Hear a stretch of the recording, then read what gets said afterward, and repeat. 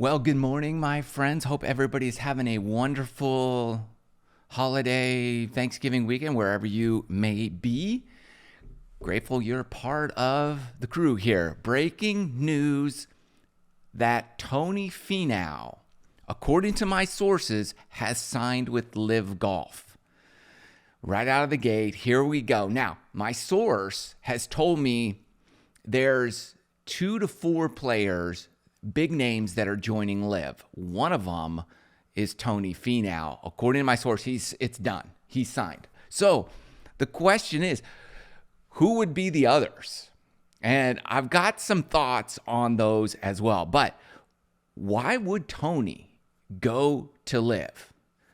Why would he? What ultimately made his decision?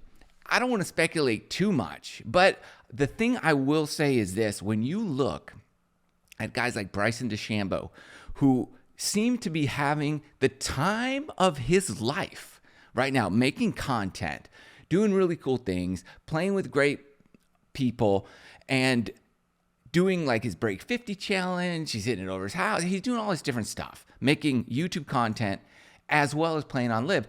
LIV affords him the time and the opportunity to be able to do both and to enjoy growing the game and having the time to make other content that he seems to love to do. And he's really good at it. So when guys are seeing that, coupled with the fact that the PGA Tour is making it more and more difficult to retain your tour card every year, why would you not consider at this point LIV Golf? And Tony has done content he's played with Grant Horvat. He's done YouTube content. He seems to be the kind of guy that really likes to have a lot of fun while he plays golf. He loves his family. He's very tight with them. I would assume that LIV would look at that, in my opinion, and say, wow, I can have a lot of time with my family. We can do a lot of cool content together. We could travel the world together. We could play the game that we love and at the same time have all these other opportunities as well. So it's kind of like I can have my cake and eat it too. So that's my opinion of why I think Tony finally signed with LIV. Now, what's happening with the LIV PGA Tour deal?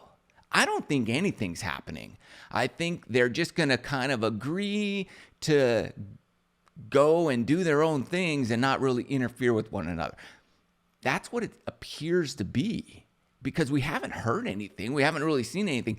All we've seen is the PGA Tour changing the qualifications for retaining your tour card come 2026 to 100 tour cards versus 125. So it's challenging to stay at that level. So what I wanted to do is let's look at what other players, and I've heard rumors, but I don't want to speculate names, so we're just going to kind of go through this list and say, okay, what players do you think would join LIV at this point, or potentially at this point? And so what I want to do is say, okay, we could select or speculate on certain players as we go down, let's say, the FedEx Cup points list for 2024 and look at which ones potentially. I've heard Wyndham Clark name be out there. Now he's 8th on the list, so maybe not. I don't think maybe that would be like top of the list guy that's really going to go. And Hideki has always been there. I've mentioned him for a while, so he might be potentially one of those names. Viktor Hovland, I've said, I've literally almost said he signed. He's right. He's been on the fence for a long time. So is Tony, but apparently my sources told me he signed. So Viktor Hovland, potential. But here's really what I want to do is let's go down the list and let's try to find big names that are near the 100 mark in terms of ranking or points. So, because those guys would be on the fence for potentially keeping or losing their card next year, 2026. And so we just go down. So just try to think, who are the biggest names down here toward the bottom? Tom Kim is interesting. He's 50, 51. He's right there on that borderline. And it wouldn't shock me if there was some type of deal with South Korea. Is there something Tom can win on the LIV circuit that would help him not have to serve his military term in South Korea? For example, if he wins an Olympic medal or if he wins a major championship, then he's exempt from that. So maybe they're going to work out some deal. Who knows? So who's down here at the bottom? Well, Jordan Spieth is number 67 currently. Interesting. And he's a major champion winner, so he has plenty of exemptions on the PGA Tour. He's a big name that some might put on that list. But keep going down the list. Down we go, down we go. Well, who is down here that could potentially be somebody that we say, oh, there's a giant name sticking out right there at number 108, Rickie Fowler. If this were the standings in 2025 at the end of the year, Rickie would not have his PGA Tour card.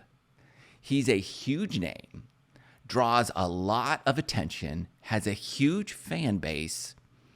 What if he's not on the PGA Tour? Sure, he can get some sponsor exemptions, but those are more limited in 2026 as well. Would Rickie, at this point, be one of the big names that would go over to LIV? Sure, he's with the TGL, the golf league that's starting January 7th.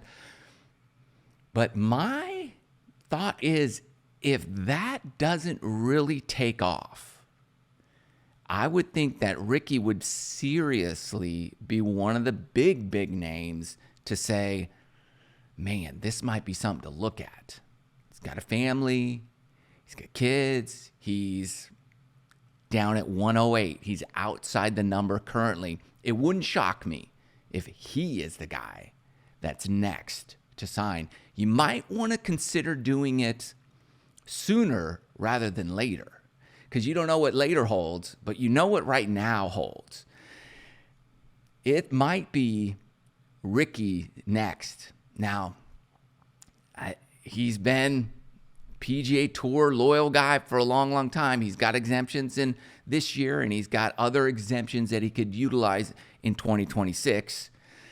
But you don't know. You never know what the future holds. But for now, Tony Finau is the guy who has, according to my sources, and you're going to be hearing about it a lot today, this weekend, Tony Finau is joining LIV Golf, and the potential partnership between LIV or agreement or whatever you want to call it doesn't seem to be really anything at the moment.